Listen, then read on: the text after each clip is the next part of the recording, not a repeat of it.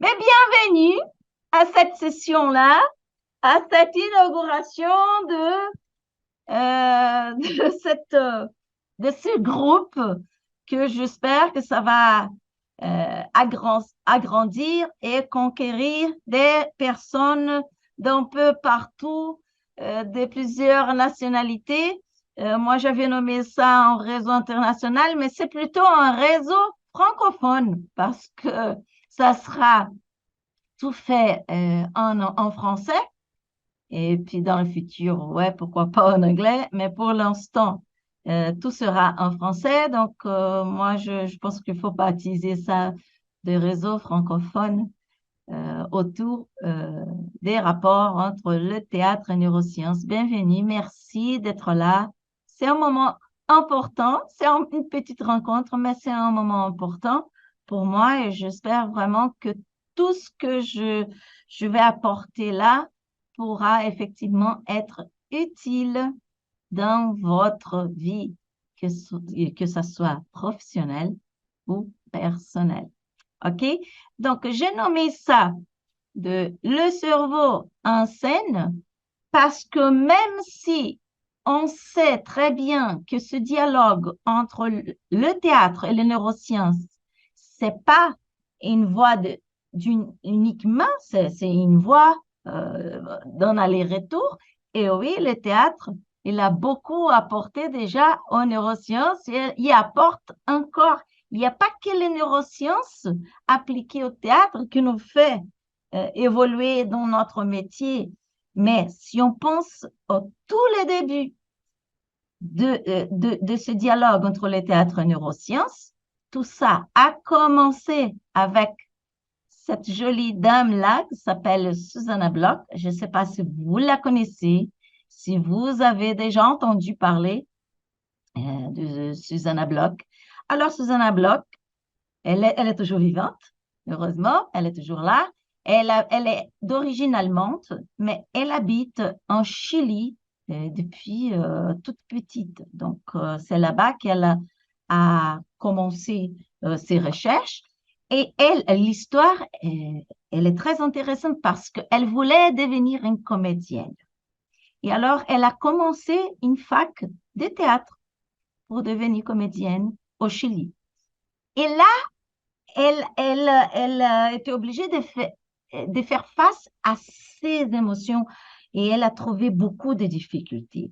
Ça lui a fait peur, en fait. Et donc, elle a laissé tomber le théâtre et elle est partie faire euh, un autre cours à la fac. Elle a commencé les études de psychologie. Et après, elle est devenue neuropsychologue et elle est partie, regardez, en France pour faire des recherches au CNRS français. Et elle faisait des recherches sur la vision et elle travaillait avec des pigeons dans ses expérimentations, rien à voir avec l'art, avec le théâtre. Un beau jour, il y a quelqu'un qui lui a demandé une espèce, je pense que c'était une conférence, je ne me souviens pas des détails, ça fait longtemps que j'ai lu cette histoire, sur les rapports entre la neuroscience, la psychologie plutôt, et le travail du comédien. Et c'est là qu'elle a eu cette idée de faire une recherche sur les émotions pour les acteurs. Et qu'est-ce qu'elle a fait? En France, ça a été fait en France, dans les années 70. Elle a demandé à des acteurs de venir dans son labo de recherche de neurosciences. Et c'est là qu'elle a commencé à faire des expérimentations qui a fini par démontrer que les émotions de base, les émotions primaires, c'est-à-dire les émotions qui sont innées, qui sont universelles, comme joie, tristesse, rage, elles possèdent, oui, une signature physiologique, respiratoire et aussi expressive. Et donc, tout a commencé comme ça en France, dans un labo de neurosciences, à l'aide des comédiens. Mais ici, dans cette introduction au rapport entre le théâtre et neurosciences, je vais plutôt parler de l'autre voie. Je veux bien penser comment la neuroscience peut nous aider, non seulement nous, les comédiens, les artistes, mais nous qui travaillons en relation avec d'autres êtres humains et qui désirons aussi utiliser le théâtre comme instrument de transformation humaine. C'est le cas de coaching, c'est le cas de la dramathérapie, du psychodrame. Et là, si on commence à se poser la question, qu'est-ce que c'est que le travail de l'acteur? Quand il monte sur un plateau, quand il allume une caméra, qu'est-ce qui se passe dans ce corps, dans ce cerveau? C'est pour ça que je nommais aujourd'hui le cerveau en scène. Qu'est-ce qu'on amène sur un plateau? On amène tout. C'est quoi l'instrument de travail de l'acteur? C'est tout ça. C'est son propre corps vu d'une façon globale, intégrée, non fragmentée.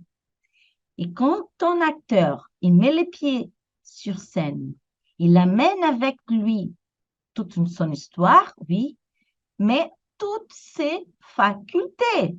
Et ces facultés-là, moi, j'ai listé les principales ici. La cognition, la perception, la mémoire, l'attention, la voix, les émotions, la motricité, tout ça est en jeu dans le travail de l'acteur. Et tout ça, ce sont des sujets d'expérimentation, d'études, d'observation en neurosciences. Et si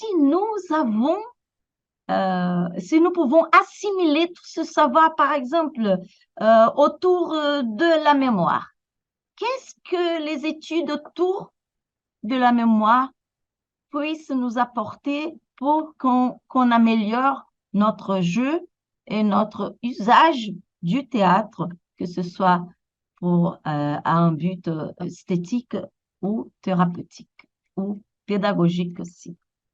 C'est ça que je me demandais. Quand j'ai commencé mes recherches dans ce domaine, enfin, liant le théâtre et les neurosciences, je me posais la question tout le temps, même si j'ai découvert que les émotions, c'était l'axe central de mon travail, parce que dans un doctorat, il faut que le sujet de thèse il soit original, il faut que ce soit quelque chose d'unique et que personne n'a jamais étudié. Et moi, j'ai rien trouvé sur les rapports entre le jeu, le travail du comédien et la neuroscience des émotions. Donc, mes recherches, elles ont été ciblées surtout les émotions. Mais lorsqu'on étudie les émotions, on étudie les émotions en rapport avec d'autres facultés. Si on prend une image du cerveau émotionnel, on peut se rendre compte que ce qu'on appelle le cerveau limbique, même ce nom, il est aujourd'hui, on peut contester, mais bon, on ne va pas compliquer la chose ici. Le cerveau émotionnel, il est au beau milieu du système nerveux. Il est bien central, c'est-à-dire que ce système émotionnel, il se communique avec toutes les autres régions du cerveau responsables par les autres facultés, comme la perception, la motricité, etc. Donc, les émotions dialoguent avec toutes les autres facultés, toutes les autres régions du cerveau qui régulent les autres compétences que nous amenons avec nous sur un plateau. Donc voilà, la cognition, la perception, la mémoire, l'attention, voix, émotion, motricité. On peut, à partir de ces études, créer une nouvelle vision du travail de l'acteur. Et ce que c'est assez étonnant, c'est que l'acteur, il fait toute une école pour utiliser son corps, ces facultés-là, en scène, en situation de performance. Mais qu'est-ce qu'il connaît de tout ça, finalement? Pas grand-chose. On n'apprend pas ça dans une école de théâtre. On n'apprend pas ça dans une école d'art-thérapie. On n'apprend pas ça dans une école de dramathérapie. Pas encore. Mais je pense que ça va évoluer et ça va arriver dans les grandes institutions. Ça commence un petit peu. C'est vraiment un travail qui est à ses débuts, vraiment. Il y a beaucoup de chemin à faire encore. Mais c'est quelque chose qui nous apporte beaucoup de conscience. Parce que lorsqu'on connaît la science des émotions et qu'on va faire un travail, qu'on va construire un personnage, qu'on va entrer sur le plateau, on sait déjà quelles sont les dynamiques, qu'est-ce qui arrive dans notre corps et comment on peut réguler tout ça, comment on peut créer des stratégies d'action pour rendre notre jeu plus émouvant, plus enfin puissant, qu'on puisse toucher vraiment l'autre. Donc voilà, aujourd'hui j'appelle ça la science de l'enchantement, la science de la connexion humaine. Et il y a d'ailleurs une partie de neurosciences, en français j'adore ce nom, et ça s'appelle la neuroscience du lien. Ils étudient justement les rapports humains à partir du fonctionnement du cerveau. Ça, c'est extraordinaire pour notre métier. Avoir accès à ça, c'est, à mon avis, dans ma perception, quelque chose de fondamental pour ceux qui travaillent euh, artistiquement dans le contexte performatif ou alors pédagogique qui donnent des cours. Ceux qui veulent être un super prof, aimer, admirer, c'est pareil. Il assume une place de performeur. Donc aujourd'hui, ici, je vais aborder quelques concepts neuroscientifiques, pas tout ça. Ici, je donne quelques exemples très importants et que c'est tellement important ça que dans ma formation, c'est le premier module. C'est le premier grand cours de ma formation. C'est là où j'aborde la neuroplasticité, le système de récompense, mémoire, attention, neurones, etc. Le système émotionnel. Et plus récemment, il y a beaucoup de recherches qui parlent des liens entre les émotions et le champ électromagnétique. Et donc ici, aujourd'hui, je vais pratiquement parler un peu, faire une introduction sur la neuroplasticité. Ah, il y a un petit film, ça c'est très... Ah, mais je suis avec les PowerPoint là.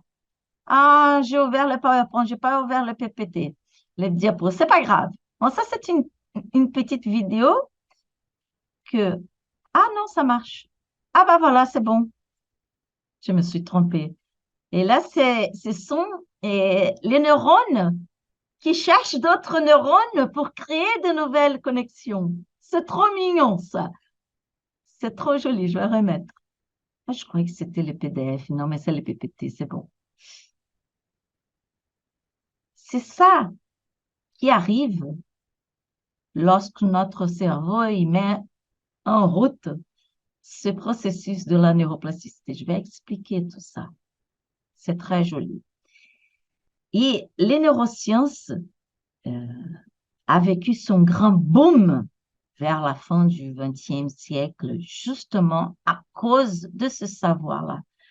Parce que jusqu'à la moitié du XXe siècle, neuroscientifiques et la communauté scientifique et les personnes aussi croyaient que lorsque quelqu'un vient au monde, il vient avec une certaine quantité de neurones et que ces neurones, au long du temps, ils se détériorent, ils vieillissent et que c'est pour ça que lorsqu'on est dans un âge avancé, on perd la mémoire, etc.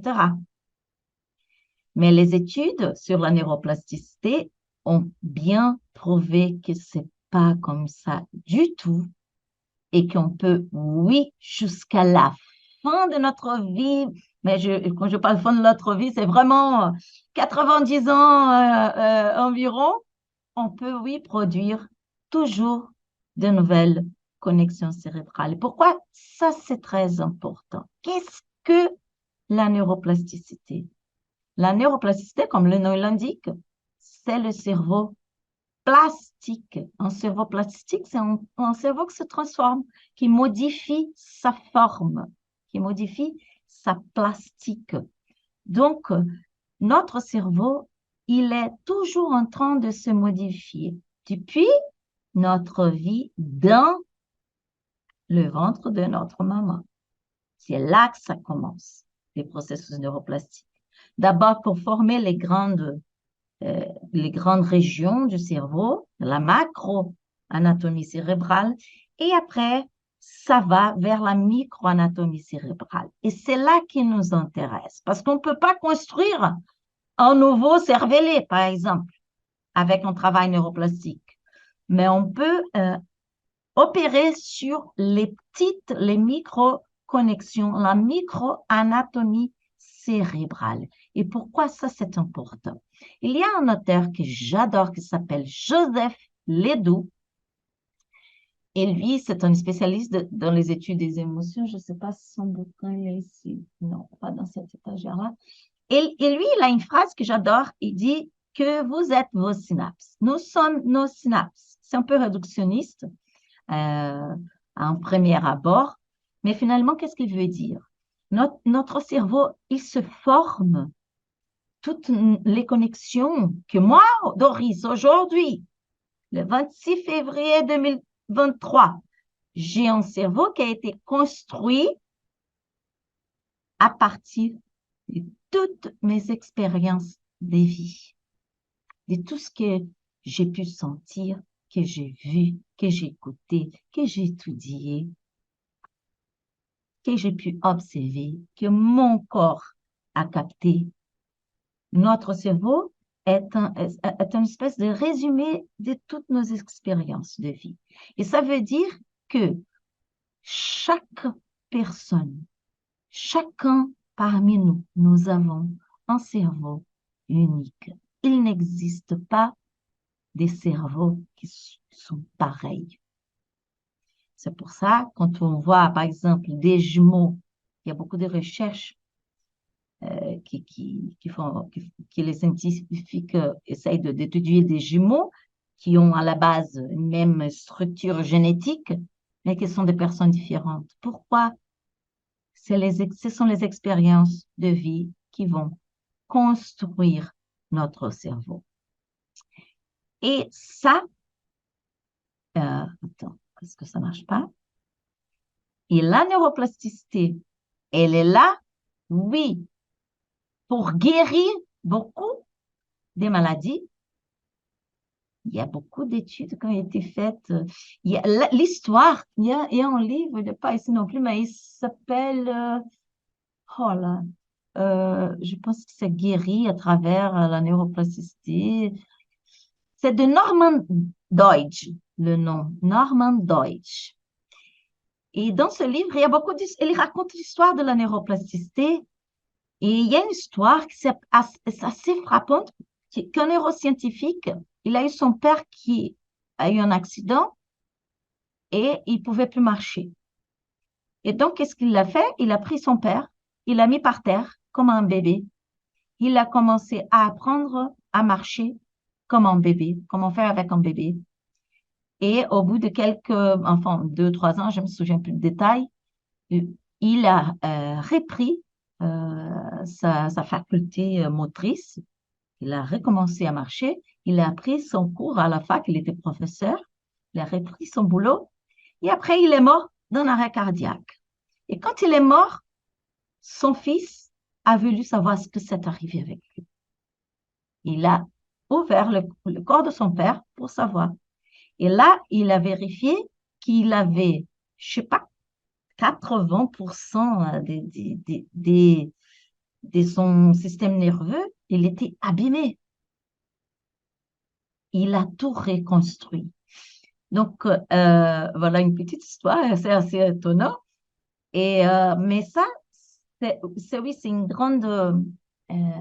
ça nous donne de l'espoir, la neuroplasticité, mais ça explique aussi beaucoup des problèmes que nous avons dans notre vie, beaucoup de maladies.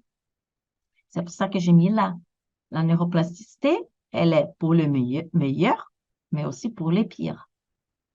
Par exemple, ça c'est très curieux, l'imagination. C'est quelque chose, c'est un outil très important pour nous qui travaillons avec l'art, mais l'imagination n'est rien d'autre que la création. Quand on répète, on commence à imaginer quelque chose, qu'on répète ça, on commence à créer de nouvelles connexions. Et si on imagine des scènes catastrophiques dans notre vie, notre cerveau, il reconnaît cette imagination comme quelque chose de réel. Et donc, il va préparer notre corps pour affronter une situation qui n'existe que ici. Et c'est là qu'on crée la panique, c'est là qu'on n'arrive pas à se monter en trac, c'est là qu'on devient anxieux, c'est là qu'on n'arrive pas à parler en public. Parce que le cerveau, il reconnaît la situation comme quelque chose qui a été déjà vécu dans l'imagination et que ça a été catastrophique. Donc, il prépare le corps pour affronter une situation de danger. Et nous, les comédiens, les artistes en général, nous avons un pouvoir lié à l'imagination très fort. Et si cette personne qui a un grand pouvoir d'imagination commence à imaginer des scènes catastrophiques, les effets seront beaucoup plus forts chez les artistes que chez une personne moyenne. Mais il y a l'autre côté, et ça c'est magnifique. Si on commence à imaginer que notre pièce, ça va être un succès fou, alors là, c'est une autre histoire qu'on commence à écrire dans notre vie. Et c'est ça qui commence à étudier les scientifiques qui s'intéressent par l'épigénétique et aussi qui s'intéressent par les relations entre neurosciences et la physique quantique, la relation de ce qu'on produit là et, euh, de ce champ électromagnétique, les rapports entre l'être humain et son environnement quantique, disons, physique. Et c'est très intéressant tout ça. Alors, mais ça, c'est une autre histoire. Et c'est même quelque chose utilisé pour la co-création. Les gens qui travaillent sur la loi de l'attraction, c'est pas autre chose que, que de rendre vrai. C'est pas penser positif, hein, c'est pas ça qui change les choses. C'est de sentir, ajouter l'émotion et vivre une expérience comme si cela était déjà arrivé, comme si c'était quelque chose de vrai. Et donc, le cerveau, il commence à reconnaître ça comme une expérience qui a déjà été vécue, comme quelque chose de réel. Et là, il change tout, toute notre chimie. Et il prépare ce corps pour vivre cette nouvelle réalité. C'est très fantastique ça. Mais revenons là à la neuroplasticité. Vous connaissez ce monsieur-là de la photo? Vous savez qui c'est?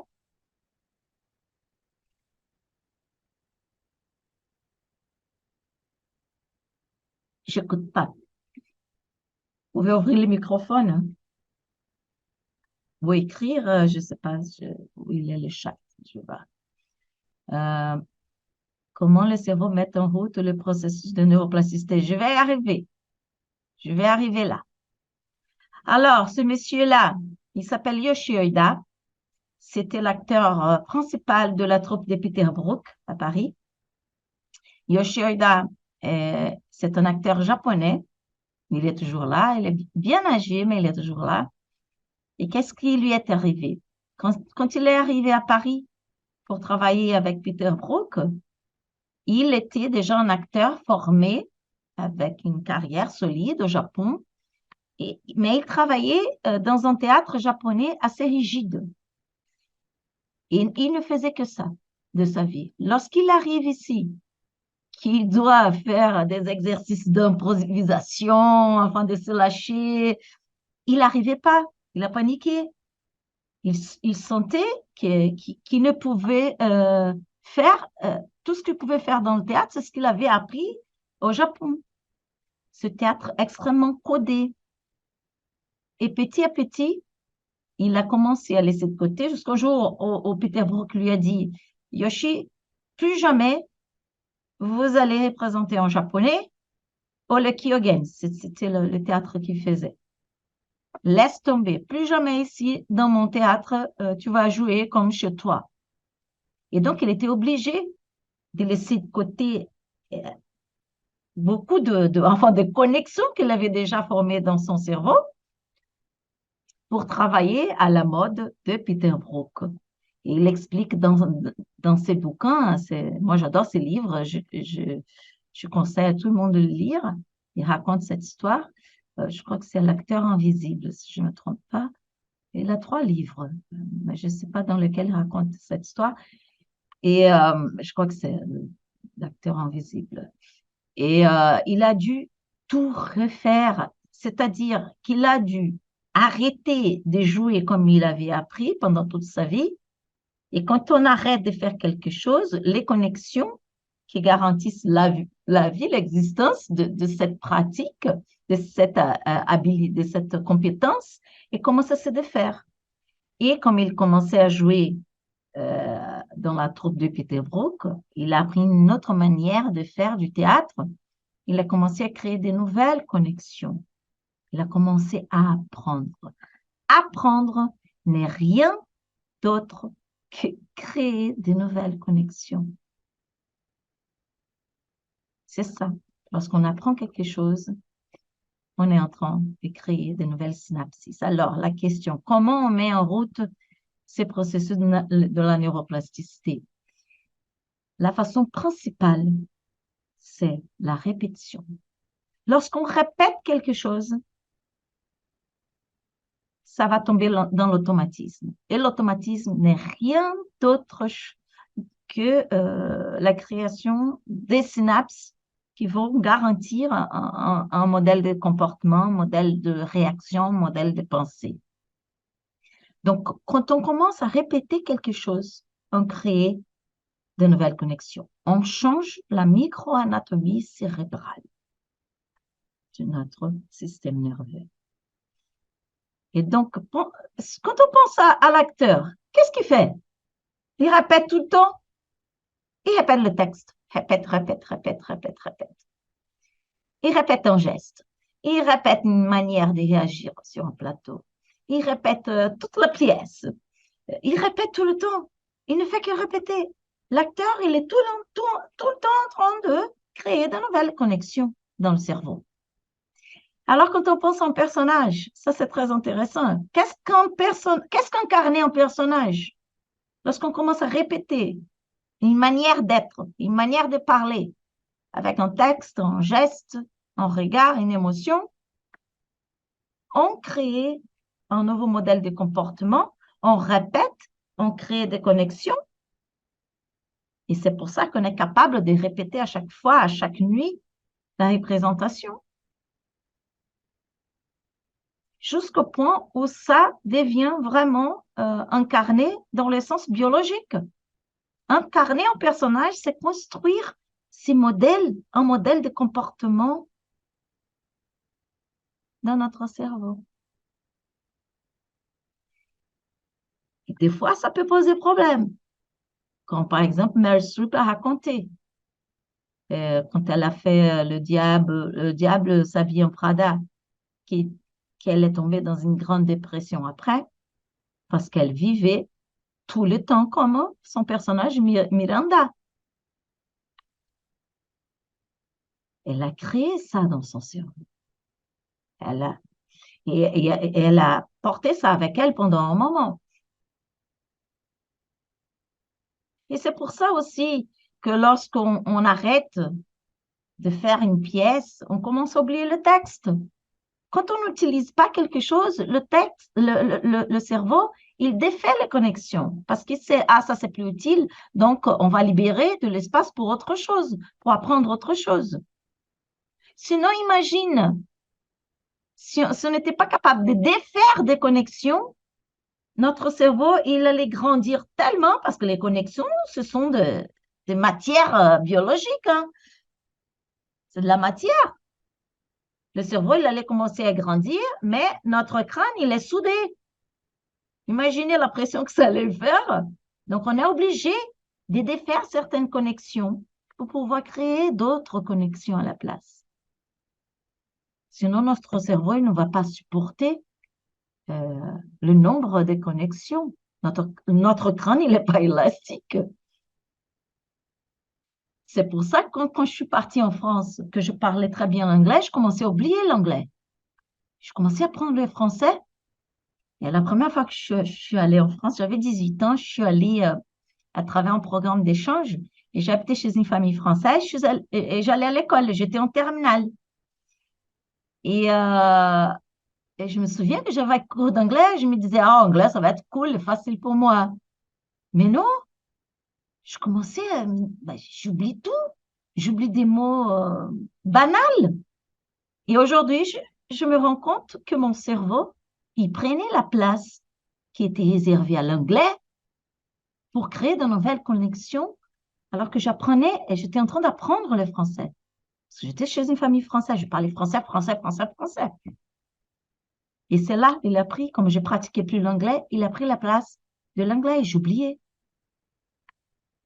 Alors, si on veut oublier quelque chose, si on veut traiter un trauma, c'est là le secret. C'est de faire les connexions. On peut au moins affaiblir certaines connexions, même si on ne peut pas oublier à 100%, mais on peut affaiblir. On peut vider des souffrances émotionnellement ces connexions. Et ça, c'est le travail que j'ai fait avec le personnage placebo, mais je ne veux pas parler de ça ici. Donc, c'est pour les biens et pour les pires. Pour les meilleurs et les pires, on dit en français. Pour les meilleurs, on apprend. La neuroplasticité nous permet d'apprendre. La neuroplasticité nous permet de reconstruire une partie abîmée du cerveau à travers un accident, de récupérer des mouvements, de récupérer la mémoire. Mais ça nous permet aussi à créer des maladies. L'addiction, la dépendance chimique, par exemple, c'est un problème lié à la neuroplasticité. Et aussi au système de récompense, c'est une autre chose. Les habitudes, les mauvaises habitudes, c'est tout simplement affaire de neuroplasticité. Et pourquoi c'est si difficile de changer une habitude? Parce qu'on répète tellement que les connexions elles sont trop fortes. Donc, il faut tout un travail pour affaiblir ces connexions, pour pouvoir créer, affaiblir une habitude et créer d'autres habitudes qu'il faut mettre à la place. C'est comme le français qui a pris la place de l'anglais. Il ne suffit pas seulement d'affaiblir une connexion, il faut créer quelque chose pour mettre à la place. Ça rend l'apprentissage et la transformation beaucoup plus rapide. Et c'est pour ça qu'aujourd'hui, en thérapie, on commence à comprendre pourquoi ça prend tellement du temps de changer, d'améliorer la vie, de se guérir, parce qu'on, à travers la parole, parce qu'on on parle de trauma, on revit le trauma, on pense au trauma. Et quand on répète tout ça, on ne fait que augmenter la force de ces connexions. Donc, au lieu d'affaiblir la connexion, le trauma, on fait le contraire. Ça ne veut pas dire que ça ne marche pas, les thérapies classiques. Mais c'est vachement moins efficace par rapport au temps. On peut guérir beaucoup plus rapidement. Ça, c'est possible. Ça, je le vois avec le travail que j'ai fait. Ce n'est pas quelque chose que je trouve dans les bouquins. C'est quelque chose que j'applique sur moi-même pour créer de nouvelles habitudes. D'accord? Ça, c'est la neuroplasticité. Et, oui, d'accord, Doris, on comprend ce que c'est la neuroplasticité, mais et dans le travail de l'acteur, qu'est-ce que ça a à voir avec le travail du comédien, du performeur? Moi, je préfère parler de performeur parce que j'ai inclus dans ce concept de performeur les artistes de la scène, les éducateurs, les professeurs, les communicateurs, les gens qui font des conférences, aussi les thérapeutes, tous les professionnels qui travaillent en rapport avec l'être humain et qui veulent aller au-delà de la simple communication. Ce sont des gens, des professionnels qui veulent vraiment établir une connexion avec l'autre. Ça, pour moi, c'est un performeur. Et comment la neuroplasticité peut être utilisée dans un travail performatif, un peu de partout. D'abord, moi, par exemple, moi, je vois que tous les êtres humains, ils ont des blocages. Le Rotovisky travaillait comme ça. La vie négative, c'est ça. C'est pas ajouter de compétences, c'est éliminer les blocages émotionnels, enfin expressifs, pour laisser de la place à la créativité. Et donc, c'est là que on peut utiliser le théâtre même comme outil de reconfiguration neurale, comme outil pour transformer cette microanatomie cérébrale avec un but précis, que ce soit perdre la peur de parler en public, travailler l'anxiété, enfin, peu importe. Chacun va avoir sa demande émotionnelle. Mais pour un acteur, ça c'est important parce que sinon, il amène ses déchets émotionnels en scène, et ça ne va pas permettre une communication, une connexion avec son public. Et donc, il a besoin, dans mon point de vue, de faire ce travail de reconfiguration neurale, qui est tout simplement un travail de transformation humaine. D'accord? Et après, si on veut apprendre à dominer les émotions, à manipuler les émotions pour les exprimer pendant une performance, il faut faire tout un travail neuroplastique sur ce que la dame que je parlais tout à l'heure, Susanna Bloch, elle a découvert. Elle a découvert que, par exemple, je vais apprendre à pleurer dans une scène ou dans un casting. Il faut que ce soit quelque chose de rapide. On n'a pas beaucoup de temps de penser au personnage. Donc, j'ai 24 heures pour préparer une scène et passer un casting et je vais pleurer dans cette scène. Comment je vais faire?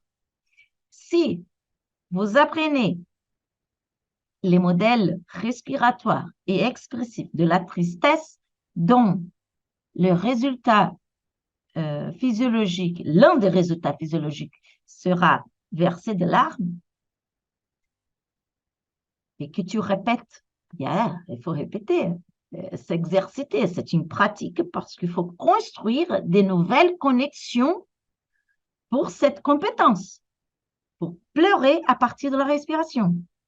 Donc, après tout cet entraînement, rien que de faire de façon très discrète la respiration de la tristesse, voilà, tu es sûr que les larmes vont venir. Et ça, c'est un travail neuroplastique. C'est pas de la magie. Et c'est justement parce que c'est pas de la magie, c'est de la science, neuroscience appliquée au travail de l'acteur, qu'il faut s'entraîner. Comme disait Artaud, le comédien, l'acteur, c'est un athlète des émotions. Et pour arriver là, il faut s'entraîner pour créer ces nouvelles connexions qui seront un beau jour là installées dans le cerveau et on peut s'en servir, par exemple, pendant un casting. La neuroplasticité est présente aussi lorsqu'on répète une scène, qu'on crée notre personnage. Et là, il y a quelque chose de très intéressant parce qu'il y a beaucoup de gens qui disent, l'acteur, il doit commencer, il va arriver à maîtriser ses émotions après, je sais pas, 10 ans, 15 ans de travail scénique, d'expérience sur le plateau. Et ça, c'est pas vrai. Ça, c'est pas vrai. Quand tu commences tout jeune et que tu connais la science de tout ça, tu vas pas créer de mauvaises habitudes.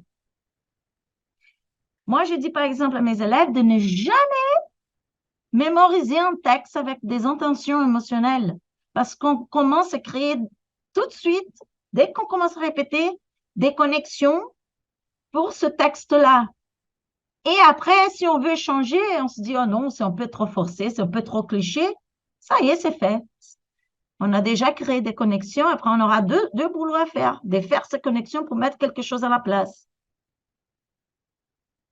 Donc, c'est pour ça que je dis, ne mémorisez pas le texte avec des intentions. Ah, j'ai compris déjà le texte ici, c'est de la rage. Non. Et ça, c'est ce que Peter Brook il disait, toutes les premières idées que vous avez, elles sont trop bonnes. Ah, jetez dans la poubelle. Parce que les premières idées, c'est rien d'autre que le cliché, les choses que tout le monde apprend et que parce que c'est tellement répété, et c'est pour ça que c'est la première idée qui arrive.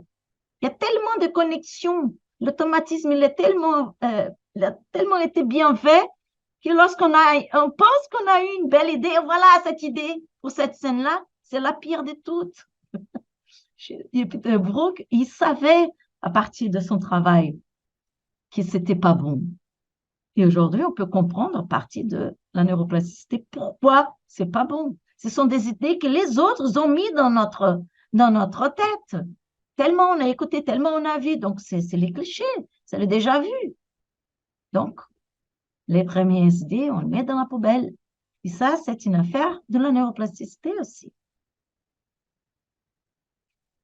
Donc, quand on construit un personnage, on crée un geste, on mémorise un texte, la neuroplasticité est l'outil de travail numéro un de l'acteur. Et en plus, si vous construisez aussi une partition émotionnelle, à partir de tout ce savoir que je viens d'expliquer, c'est un autre travail neuroplastique parce que vous allez associer un modèle respiratoire d'une émotion avec une parole du texte ou avec un mouvement, un geste. Et lorsqu'on répète ça, on crée de nouvelles connexions. Et ça veut dire que lorsqu'on arrive à dire le texte, l'émotion, elle vient. On n'a pas besoin de penser à la respiration de l'émotion parce qu'on crée des connexions, une association, comme le chien de Pavlov. C'est exactement la même chose. Donc, on crée toute une scène avec une partition émotionnelle et on sait que notre cerveau est en train de construire des connexions qui vont permettre l'apparition de cette émotion qu'on voulait bien exprimer pendant une performance. Et tout ça, j'appelais dans ma thèse des partitions neuroplastiques. Créer un personnage, faire une interprétation, une pièce, enfin, c'est construire dans notre cerveau une partition neuroplastique. Et pourquoi on ne devient pas notre personnage? Parce qu'on répète ça dans un endroit précis, dans un moment précis. On le porte avec nous. Mais un beau jour, on va arrêter d'interpréter ces personnages. Et lorsqu'on arrête, on va peut-être retenir un morceau de texte, et sûrement parce que c'est un morceau assez émotionnel, mais le reste s'en va. Ces connexions, elles vont se défaire pour pouvoir construire un nouveau personnage. Et voilà pour aujourd'hui. Vous avez vu que il y a pas mal de concepts neuroscientifiques qu'on peut aborder et faire les liens avec le travail du comédien, de la performance, mais c'est énorme. Et ici même, enfin, j'ai donné un aperçu vraiment général sur la neuroplasticité, juste pour donner un petit exemple, vous montrer l'importance de ces concepts, de l'application de ce savoir neuroscientifique dans notre métier, dans le théâtre, enfin, dans la performance.